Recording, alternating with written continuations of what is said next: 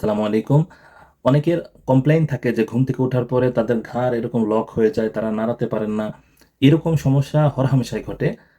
এই থেকে আপনারা ডাক্তারের কাছে না গিয়ে ঘরে বসে কিভাবে সমাধান পেতে পারেন তা হলো আজকে আমরা দেখাবো। তা হলো আমরা ৩ টি এক্সারসাইজ দেখিয়ে দিব। এই এক্সারসাইজের মাধ্যমে আপনারা উপকৃত হবেন আশা করা যায়। যখন আপনার এরকম লক হয়ে যাবে, যদি একদিকে হয় অথবা ২ দিকেই হতে পারে। তো যেদিকে আপনার হবে, যখন আপনি এরকম ধরেন আপনার এই পাশে ব্যথা, বাম পাশে ব্যথা, তখন আপনি ডান দিকে এরকম ফেরানোর চেষ্টা করবেন। দেখবেন যে কত দূর যায়।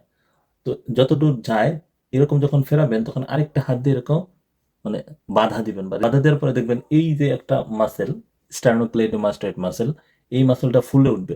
তো এই মাসলটাকে আস্তে, আস্তে এরকম মাসাজ করতে থাকবেন। এরকম মাসাজ করে থাকবেন। এটা যখন আপনি মাসাজ করবেন ইউজুয়ালি আপনার পেইনফুল হবে না, কিন্তু আপনার যখন এই কন্ডিশন ডেভেলপ করবে তখন আপনার এটা ব্যথা করবে। তো এই ব্যথার মধ্যে আপনার ব্যথা সহ্য করে একটু করতে হবে। মাসাজ করার পরে দেখবেন আপনার এই রেঞ্জটা বেড়ে গেছে। আবার ট্রাই করবেন এরকম, হ্যাঁ? তো এটি গেল ১ নাম্বার। ২ নাম্বার হলো আপনার যখন এই পাশে হবে তখন ঠিক অপোজিট হাত দিয়ে, অর্থাৎ আপনার বাম পাশে হলে ডান হাত দিয়ে এরকমই কান বরাবর এখানে ধরবেন।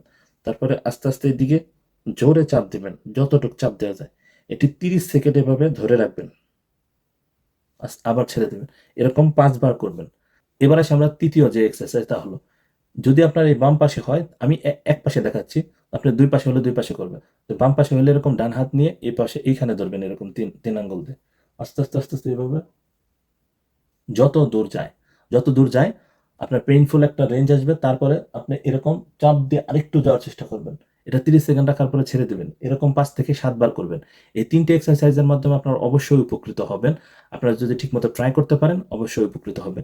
এছাড়া যদি আপনার নিজে, নিজে না পারেন তাহলে আপনি আপনার পাশে একজন ফিজিওথেরাপিস্টের কাছে গিয়ে খুব সহজে আপনি এই সমস্যা থেকে সমাধান পেতে পারেন। ধন্যবাদ সবাইকে। আসসালামু আলাইকুম।